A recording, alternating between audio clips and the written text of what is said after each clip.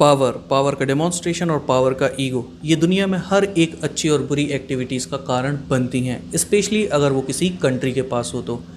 ये सब कुछ आपको काफ़ी अच्छे से समझ में आएगा 12th की इस बुक कॉन्टेम्परेरी वर्ल्ड पॉलिटिक्स में। This is chapter number 1, the cold war era. This video is brought you by me, my name is Manav. और अगर आप चाहें तो मुझे सोशल मीडिया में भी फॉलो कर सकते हैं नीचे दिए गए लिंक्स में। सो विदाउट फर्दर डिले शुरू करते हैं द कोल्ड वॉर एरा। आइए चैप्टर का एक ओवरव्यू ले लेते हैं। कॉन्टेम्परेरी का मीनिंग होता है लिविंग और occurring at the same time. Hindi में इसे समकालीन भी कहा जाता है। वर्ल्ड पॉलिटिक्स, ये तो हमेशा से चली आ रही है, लेकिन किसी न किसी एक पॉइंट ऑफ टाइम को पिक करना पड़ता है वर्ल्ड पॉलिटिक्स को समझने के लिए। और यहाँ पर इस बुक में वो पॉइंट ऑफ टाइम पिक किया गया है कोल्ड वॉर के एंड से, और यही इस बुक का सब्जेक्ट मैटर है, विषय वस्तु है। तो हमारे लिए ये काफ़ी इम्पॉर्टेंट हो जाता है कि हम समझें कि आखिर कोल्ड वॉर क्या था। यहाँ पर हमें ये समझ में आएगा कि उस वक्त की जो दो सुपर पावर हैं जो कोल्ड वॉर के सेंटर भी थे, इनका डोमिनेंस कितना था और इनकी वजह से दुनिया के अलग अलग कोने में क्या चेंजेस आ रहे थे। इसी के साथ साथ हम बात करेंगे नॉन अलाइंड मूवमेंट की, जहाँ पर हमें समझ में आएगा कि कैसे इंडिया ने इस नॉन अलाइंड मूवमेंट को लीड किया था। नॉन अलाइंड मूवमेंट वो था, मतलब जहाँ पर एक और कई कंट्रीज यूएसए के साथ थी, कई कंट्रीज यूएसएसआर के साथ थी, लेकिन कुछ ऐसी भी थी जो ना तो यूएसए की तरफ थी ना यूएसएसआर की तरफ थी, और ऐसी कंट्री कहलाती थी नॉन अलाइंड कंट्रीज़। तो ये समझ में आएगा कि कैसे नॉन अलाइंड मूवमेंट इन दो सुपर पावर के लिए चैलेंज बन गया था, और जो नॉन अलाइंड कंट्रीज़ थी ये कैसे इस नए इंटरनेशनल इकोनॉमिक ऑर्डर की वजह से अपने इकोनॉमिक डेवलपमेंट को और पॉलिटिकल इंडिपेंडेंस को गेन कर पाई। इसी के साथ चैप्टर में हमें ये भी समझ में आएगा कि जो नेम था, नॉन अलाइंड मूवमेंट था, इसमें इंडिया का रोल क्या था, और साथ में कैसे इसकी वजह से इंडिया के पॉलिटिकल इंटरेस्ट या हर एक एरिना में जितने भी इंडिया के इंटरेस्ट थे ये काफ़ी हद तक सेफ रहे।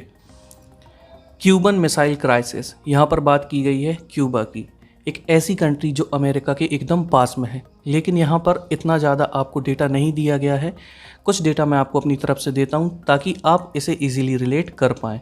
1959 क्यूबा में रेवोल्यूशन हुआ, एक नई सरकार आ गई। सरकार किसकी थी? फिडेल कास्ट्रो की और चे गुवारा की। चे गुवारा जो कि आज भी यूथ आइकॉन माने जाते हैं। तो यहाँ पर दिक्कत ये थी कि जो क्यूबा था, जो फिडेल कास्ट्रो थे, जो चे गुवारा थे, ये आइडियोलॉजी फॉलो करते थे यूएसएसआर की। कैसी ideology? Communism, socialism, Marxism, Leninism, इस सब को। और यूएसए किसे मानता था? कैपिटलिज्म को। तो यूएसए को ये बिल्कुल भी बर्दाश्त नहीं था कि उसके जस्ट पास का एक कंट्री वो रशिया की, यूएसएसआर की आइडियोलॉजी को फॉलो कर रहा है। तो हमेशा से अमेरिका ने कोशिश की थी कि वो क्यूबा को इन्वेट करे और वहाँ पर अपना कब्जा जमा ले, हालांकि इसमें वो सक्सेसफुल नहीं हो पाया था। तो अब बात आती है 1961 की। यहाँ पर रशिया को काफ़ी डर सताने लगा था। रशिया, जब भी मैं रशिया बोल रहा हूँ मतलब मैं बात कर रहा हूँ यूएसएसआर की, union of Soviet socialist republics की। ये जो एक ग्रुप बना था ये था रशिया और कुछ अलग देशों का। बाद में ये डिसइंटीग्रेट हो गया था, लेकिन ये एक अलग मैटर है। अभी हम बात करते हैं क्यूबन मिसाइल क्राइसिस की। तो यहाँ पर यूएसएसआर को डर सताने लगा था कि बहुत ही जल्दी जो यूएसए है ये इन्वेट कर देगा किसको? क्यूबा को, और ओवरथ्रो कर देगा फिडेल कास्ट्रो को। ये एक स्मॉल आइलैंड नेशन था, मैं आपको पहले बता चुका हूँ, जो बिल्कुल यूएसए के पास में था। और जो क्यूबा था ये सोवियत यूनियन का एक अलाय बन चुका था।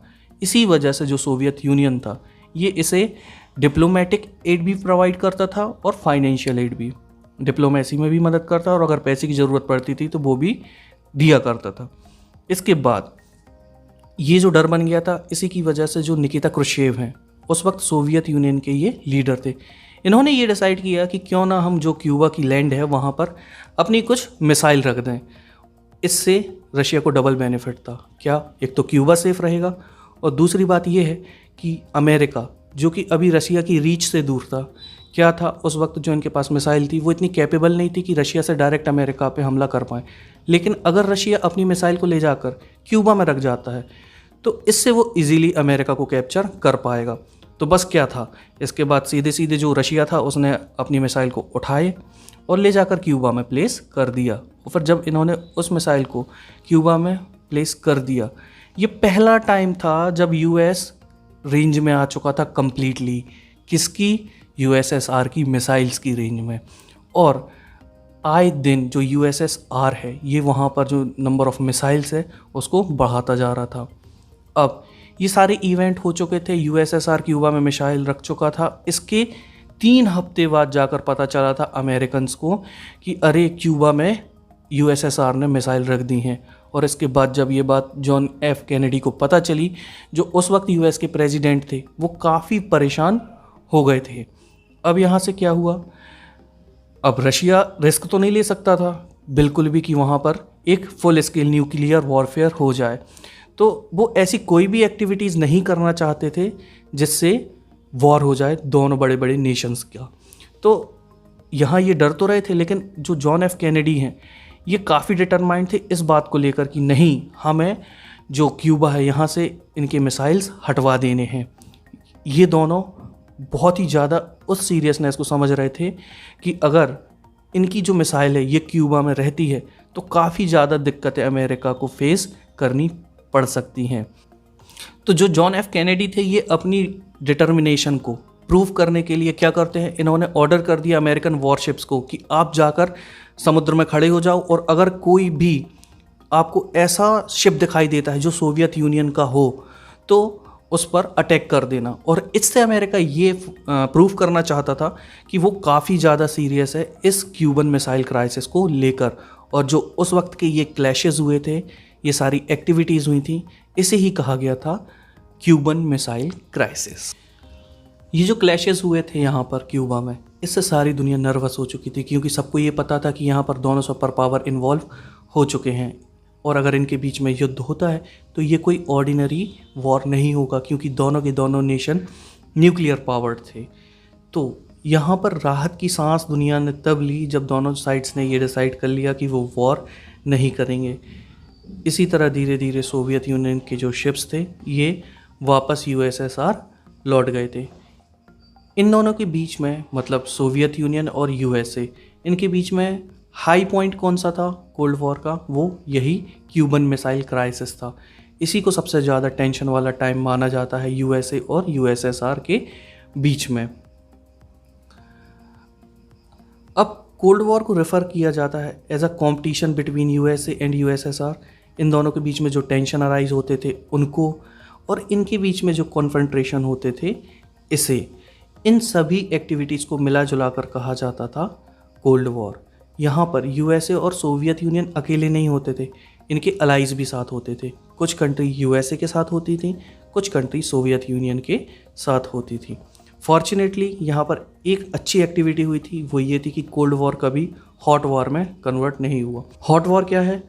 हॉट वॉर जहाँ पर दो नेशन एक दूसरे के साथ फुल फ्लेजेड वॉरफेयर करते हैं, जहाँ वो अपनी आर्मी को और अपने वेपन्स को दोनों को यूज़ किया करते हैं। तो यहाँ पर इन दोनों के बीच में किसी भी तरह का हॉट वॉर नहीं हुआ था।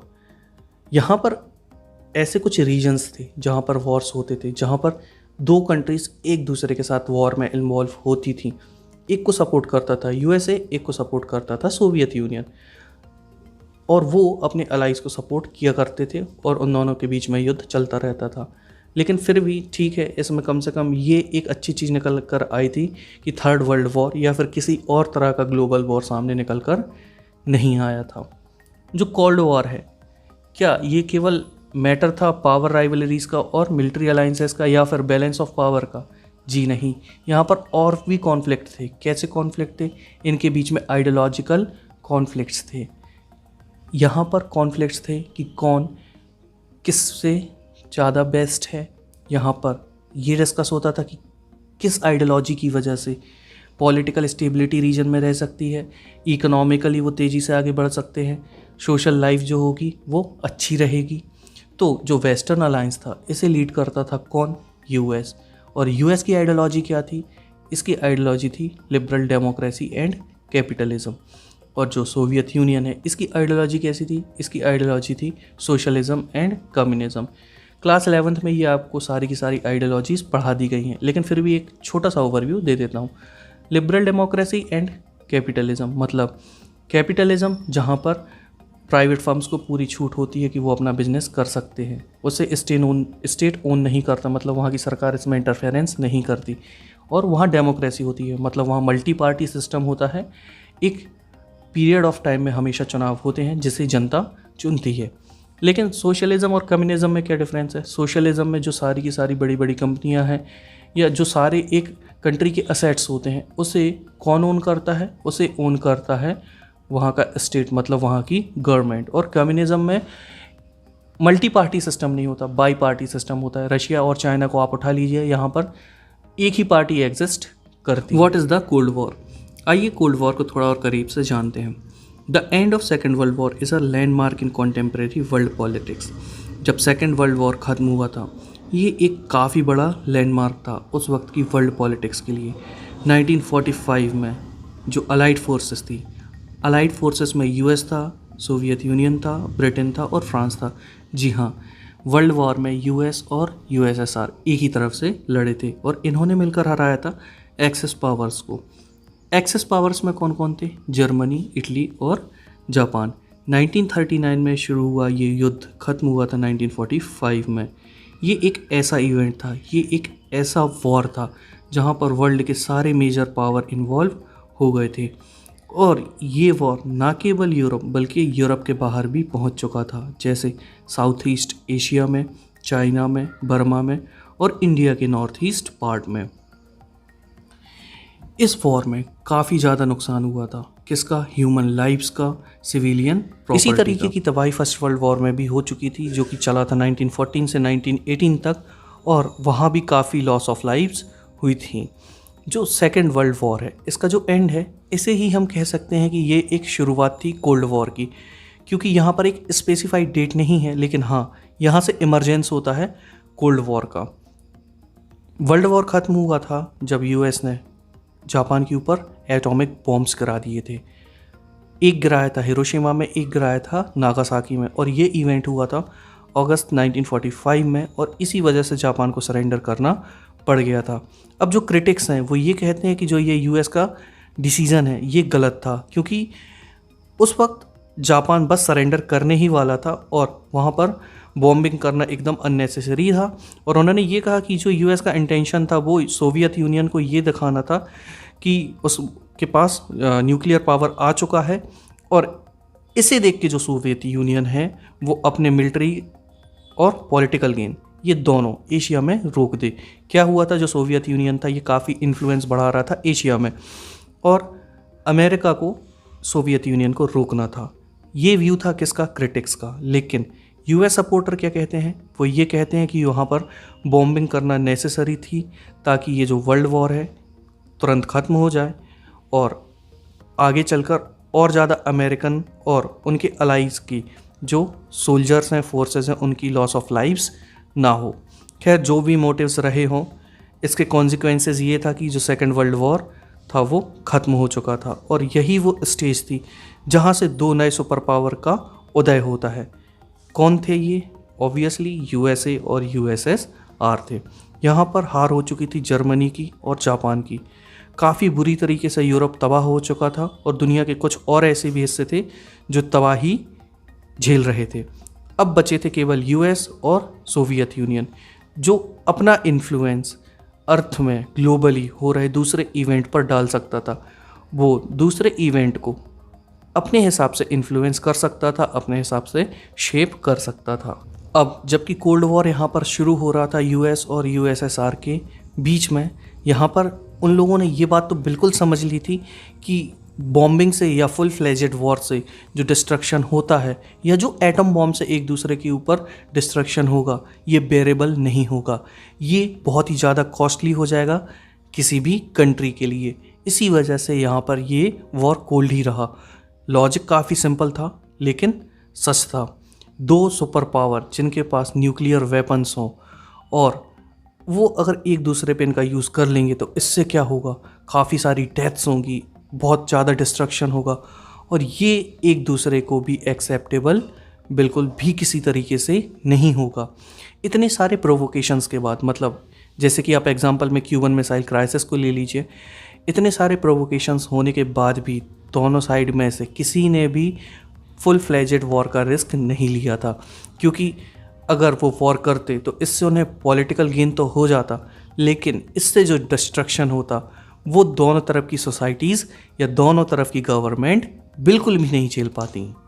अगर न्यूक्लियर वॉर जैसा कोई भी एक इवेंट होता इन दोनों कंट्रीज़ के बीच में, तो यहाँ पर इतना डिस्ट्रक्शन हो जाता कि यहाँ पर कौन विनर है और कौन लूज़र है ये डिसाइड ही नहीं हो पाता।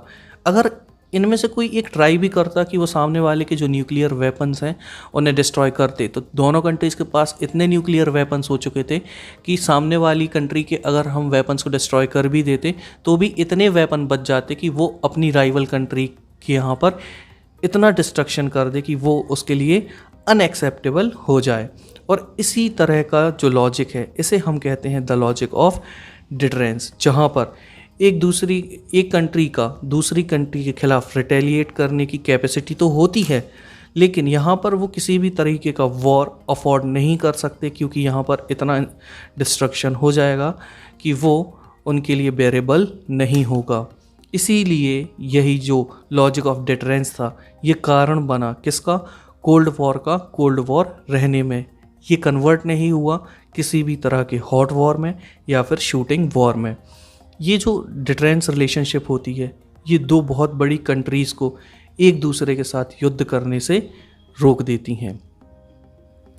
अब यहाँ पर हमें एक नोट करने वाला मेन फीचर क्या है, वो है मिलिट्री फीचर। किन का, मैं समझाता हूँ आपको। यहाँ पर 2 सुपर पावर थी, अब इनके राइवल ब्लॉक्स बन चुके थे। मतलब कुछ कंट्रीज़ ऐसी थी जो एक तरफ थी और कुछ कंट्री ऐसी थी जो दूसरी तरफ थी, और उनसे ये एक्सपेक्टेशन रखी जा रही थी कि वो काफ़ी रैशनल और रिस्पॉन्सिबल वे में बिहेव करेंगे, क्योंकि अगर वो ऐसा नहीं करेंगे तो उससे काफ़ी परेशानियाँ खड़ी हो सकती हैं। They were to be rational and responsible in the sense that they understood the risk in fighting wars that might involve the 2 super power. अगर वो रैशनल और रिस्पॉन्सिबल वे में बिहेव नहीं करेंगे तो इनकी वजह से ये जो 2 सुपर पावर हैं ये इस युद्ध में शामिल हो जाएंगे और यहाँ पर काफ़ी तबाही हो सकती है। लेकिन उनके बीच में एक डिटरेंस रिलेशनशिप भी थी, जिसकी वजह से वो आपस में तो इन्वॉल्व नहीं होते, लेकिन वो अपने अलाइज को इतना कैपेबल करते जाते कि वहाँ से भी एक वॉर हो सकती थी, और ये वॉर काफ़ी मैसिवली डिस्ट्रक्टिव हो सकता था। Responsibility therefore meant being restrained and avoiding the risk of another war। तो यहाँ पर रिस्पॉन्सिबिलिटी ये थी कि युद्ध को दूर रखा जाए, रिस्पॉन्सिबली बिहेव किया जाए और एक और वर्ल्ड वॉर को अवॉइड किया जाए, उसके रिस्क को अवॉइड किया जाए। In this sense the cold war manage to ensure human survival. और इसी वे में आखिरकार जो कोल्ड वॉर था इसने ह्यूमन सर्वाइवल के लिए जो नेसेसरी स्टेप थे वो ले लिए। इसने जो मैनकाइंड था इस पर मंडराते खतरे को जैसे तैसे संभाल लिया था, विश्व युद्ध के जोखिम से बचा। The emergence of 2 power blocks. यहाँ हमें देखने मिलेगा कि कैसे दुनिया 2 खेमों में बंटती जा रही थी। यहाँ पर ये जो 2 सुपर पावर थे ये अपने स्फीयर को बढ़ाना चाहते थे, ये अपने इन्फ्लुएंस को बढ़ाना चाहते थे दुनिया के दूसरे पार्ट्स में भी, दूसरी कंट्रीज़ को भी ये अपने इन्फ्लुएंस में लेना चाहते थे। यहाँ पर हम ये कह सकते हैं कि ये जो दुनिया है ये 2 अलायंस सिस्टम्स में डिवाइड हो चुकी थी, और इन 2 सुपर पावर्स में से एक कंट्री के पास ऑप्शन होता था कि वो एक के पास डेफिनेटली रहे ही रहे, और उनके अलायंस में जाने से ये फ़ायदा होता था कि उन्हें मिल जाती थी प्रोटेक्शन, और इसी के साथ साथ वो जो दूसरी सुपर पावर के जो इन्फ्लुएंस है उससे भी बचा रहता था, और अगर उनके अलाइंस से भी कोई ख़तरा होता था तो वो उससे भी बच जाया करते थे। इसी के साथ साथ जो ये छोटे स्टेट्स थे ये इस अलायंस में शामिल तो हो रहे थे, लेकिन ये जो सुपर पावर हैं ये उनको अपने सेल्फ इंटरेस्ट के लिए शामिल किया करते थे।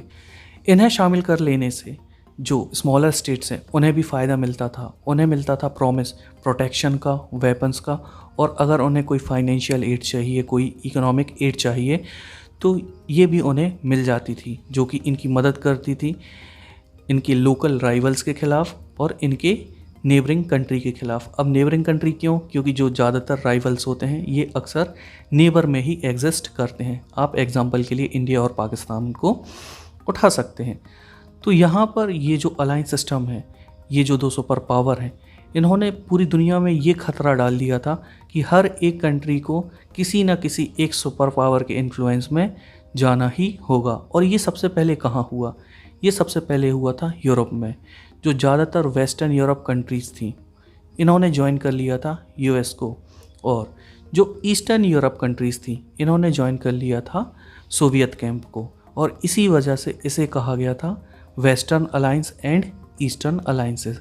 यहाँ पर मैप में आपको काफ़ी अच्छे से समझ में आएगा, जो कि मैं आपको लास्ट में समझाऊंगा इस पैराग्राफ के, जिससे आपको और भी अच्छे से समझ में आ जाएगा। तो जो वेस्टर्न अलायंस थी, इसी ने एक ऑर्गेनाइजेशन बनाई। कैसी ऑर्गेनाइजेशन? इसका नाम रखा गया नॉर्थ एटलांटिक ट्रीटी ऑर्गेनाइजेशन, जिसे नेटो भी कहा गया। इसका एग्जिस्टेंस हुआ था अप्रैल 1949 में। ये एसोसिएशन थी 12 स्टेट्स की, और इन्होंने एक पॉलिसी फॉर्मुलेट कर ली थी। क्या पॉलिसी थी? कि अगर इन 12 कंट्रीज़ में से, जो कि नॉर्थ अमेरिका और यूरोप से है, अगर एक कंट्री पे भी हमला हो जाता है तो ये पूरे के पूरे नेटो पर हमला माना जाएगा। और यहीं पर ये एक दूसरे की हेल्प करने के लिए, एक दूसरे पर अटैक होने की सिचुएशन पर सामने वाले पे हमला करने के लिए बॉन्डेड हो गए थे। फिर क्या था? इसका रिजल्ट तो देखने मिलना बिल्कुल स्वाभाविक था। क्या हुआ? ईस्ट में एक अलायंस बना, मतलब सोवियत यूनियन का, जिसे नाम दिया गया वॉर्सो पैक्ट। इसे लीड कर रहा था सोवियत यूनियन, और ये क्रिएट किया गया था 1955 में। और इसके मेन प्रिंसिपल फंक्शन क्या रहे होंगे? आप इजीली गैस कर सकते हैं। To counter NATO forces. International alliances during the Cold War era were determined by the requirement of the superpower and the calculations of the small states। यहाँ पर समझने वाली बात ये है कि ये जो कोल्ड वॉर एरा था, यहाँ पर हर एक कंट्री को किसी न किसी के पास तो जाना ही होता था, और वो अपनी रिक्वायरमेंट के हिसाब से उस सुपर पावर के पास जाया करती थी। और जब ये छोटी कंट्रीज़ उन सुपर पावर के पास शामिल होती थी, तो इसे एक विन विन सिचुएशन कंसीडर किया जाता था। अगर एक देश शामिल हुआ किसी भी एक सुपर पावर के पास, तो उसे एक जीत की सिचुएशन माना जाता था। अब यहाँ पर आप देख ही सकते हैं कि जो यूरोप था, ये एक एरिना बन चुका था कॉन्फ्लिक्ट का, सुपर पावर्स के कॉन्फ्लिक्ट का। वेस्ट यूरोप जा चुका था यूएस के पास, ईस्ट यूरोप जा चुका था सोवियत रशिया के पास। In some cases, the superpower used their military power to bring countries into their alliance।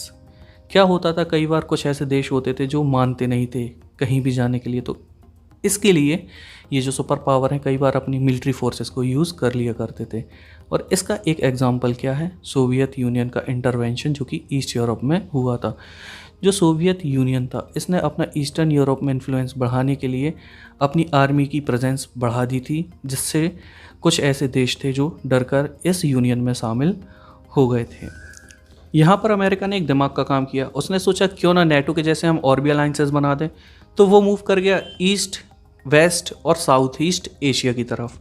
Waste Asia, जिसे मिडिल ईस्ट भी कहा जाता है, यहाँ पर सारे के सारे वो कंट्रीज़ हैं जहाँ पर ऑयल काफ़ी मात्रा में होता है, जैसे यूएई, कतर, इराक, ईरान। हाँ, तो यहाँ पर इन्होंने बनाया एक नया अलायंस। इसका नाम इन्होंने रखा सीटो, जिसका फुल फॉर्म था South East Asian Treaty Organization. इसी के साथ इन्होंने एक ग्रुप और बनाया जिसका नाम इन्होंने रखा सेंटो, सेंट्रल ट्रीटी ऑर्गेनाइजेशन। ये सब देख के सोवियत यूनियन भी कहाँ शांत बैठने वाला था। उसने हाथ मिलाया चाइना से, कम्युनिस्ट चाइना से, और इन्होंने अपना इन्फ्लुएंस बढ़ाकर क्लोज रिलेशन डेवलप कर लिए। किसके साथ? नॉर्थ वियतनाम, नॉर्थ कोरिया और इराक के साथ। अब कोल्ड वॉर के बढ़ते जाने से दुनिया में एक नया खतरा मंडराने लगा था, और वो खतरा ये था कि ये जो दुनिया है ये दो ब्लॉक्स में डिवाइड हो जाएगी, और कभी अगर कुछ भी प्रॉब्लम होती है तो यहाँ पर हो जाएगा वॉर और पूरी दुनिया मिट जाएगी। इसी के साथ साथ एक नया खतरा मंडरा रहा था उन कंट्रीज़ के ऊपर जिन्होंने अभी अभी इंडिपेंडेंस हासिल की थी। किससे? कॉलोनियल पावर्स से। कौन थी ये कॉलोनियल पावर्स? जैसे ब्रिटेन और फ्रांस। इन कंट्रीज़ को ये डर सता रहा था कि कहीं इतनी मुश्किल से मिली फ्रीडम को ये फिर से ना खो दें। और इसी सब के बीच ये जो अलाइंसेस बने थे ये काफ़ी जल्दी क्रैक्स की तरफ बढ़ गए थे, इनमें क्रैक्स पड़ने लगे थे, इनमें स्प्लिट्स होने लगे थे। एग्जाम्पल के तौर पे जो कम्युनिस्ट चाइना था, इसका झगड़ा हो गया था यूएसएसआर के साथ कुछ टेरिटोरियल डिस्प्यूट में, मतलब कुछ ज़मीन की वजह से इनका झगड़ा हो गया 1950 और 1969 में। और इसी वक्त एक इम्पॉर्टेंट ग्रुप निकल कर आता है जिसका नाम होता है नॉन अलाइंड मूवमेंट। यहाँ पर वो सारी कंट्रीज़ होती हैं जो नई नई बनी होती हैं और इन्हें नया नया इंडिपेंडेंस मिला होता है। अब आप ये सोच रहे होंगे कि ये सुपर पावर इतने पावरफुल थे तो इन्हें अलाइज की ज़रूरत क्यों पड़ती थी। आखिरकार इनके पास न्यूक्लियर वेपन्स थे, इनके पास रेगुलर आर्मीज़ थी और ये इतने पावरफुल थे कि एशिया और यूरोप के एशिया और अफ्रीका के सारे स्मॉल स्टेट को मिला दें, इवन यूरोप को भी मिला दें, तो भी ये सुपर पावर्स को मैच नहीं कर सकते थे। तो इसका कारण ये है, सुपर पावर जो दूसरी कंट्रीज़ को मिला रहे थे वो इसलिए मिला रहे थे, इसका पहला कारण है वाइटल रिसोर्सेज। सुपर पावर्स को एक्सेस मिल जाता था उन छोटी कंट्रीज़ के रिसोर्सेज का, जैसे कि ऑयल और मिनरल। फिर इन्हें मिलती थी टेरिटरी, जैसे आपने देखा होगा रशिया ने क्यूबा का इस्तेमाल करके वहाँ पर मिसाइल रख दिए थे, उसी तरह सुपर पावर्स को एक्सेस मिल जाता था ज़मीन का, जहाँ पर वो अपने वेपन्स को रख सकते थे और ट्रूप्स को रख सकते थे। इसी के साथ साथ उन्हें मिलती थी लोकेशंस, जहाँ पर वो एक दूसरे के ऊपर स्पाई कर सकते थे, एक दूसरे के ऊपर जासूसी कर सकते थे। और साथ में मिलता था इकोनॉमिक सपोर्ट। इकोनॉमिक सपोर्ट कैसे? जैसे मान लीजिए अमेरिका का एक अलाय है, उसे अपनी मिलिट्री को ट्रेन करना है और अमेरिका उसमें हेल्प करता है, तो डेफिनेटली अमेरिका उससे पैसे लेगा। तो इन दिस वे यहाँ पर इकोनॉमिक सपोर्ट भी मिल जाया करती थी। ये सब तो ठीक है, इसके साथ साथ यहाँ पर एक झगड़ा इस बात का भी होता था। किस बात का? आइडियोलॉजिकल रीजन का। यहाँ पर जब भी किसी भी सुपर पावर के पास एक कंट्री बढ़ जाती थी तो वहाँ जीत मानी जाती थी आइडियाज़ की। कैसे आइडियाज़ की? जो यूएसए और यूएसएसआर के होते थे। अगर किसी कंट्री ने ज्वाइन किया यूएसए को, मतलब वो लिबरल है और डेमोक्रेसी पे बिलीव करता है और कैपिटलिज्म पर बिलीव करता है।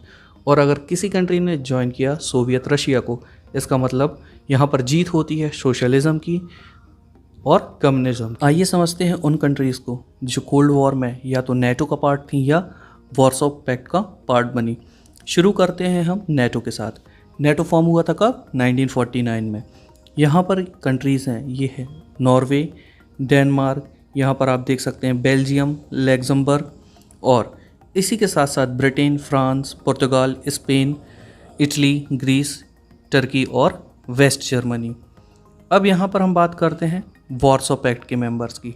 ये कब साइन हुआ था? 1955 में। और इसमें कौन शामिल था? USSR, Poland, east Germany, Czechoslovakia, Hungary, Romania और बुल्गारिया।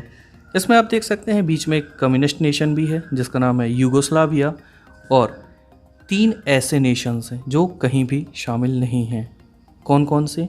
फिनलैंड, स्वीडन और आइए मैप के थ्रू हम समझते हैं फर्स्ट वर्ल्ड, सेकंड वर्ल्ड और थर्ड वर्ल्ड कंट्रीज़ को। फर्स्ट वर्ल्ड की बात करते हैं। आपको जो ये येलोइश पार्ट दिखाई दे रहा है, ये वो कंट्रीज़ हैं जो कोल्ड वॉर में यूएसए के साथ थी।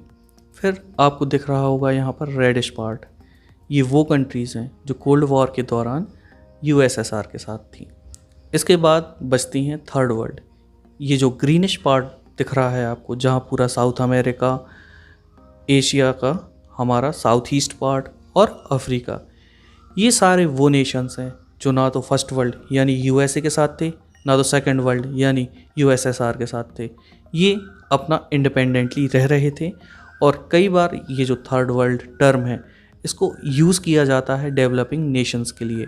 तो कई बार आप देखेंगे कि डेवलपिंग नेशंस की जगह पर लिखा हुआ है थर्ड वर्ल्ड कंट्रीज़, तो आप कंफ्यूज मत करिएगा, ये दोनों एक ही हैं। तो यहाँ पर ख़त्म होता है हमारा पार्ट 1। मैं आपसे मिलूँगा अगले पार्ट में।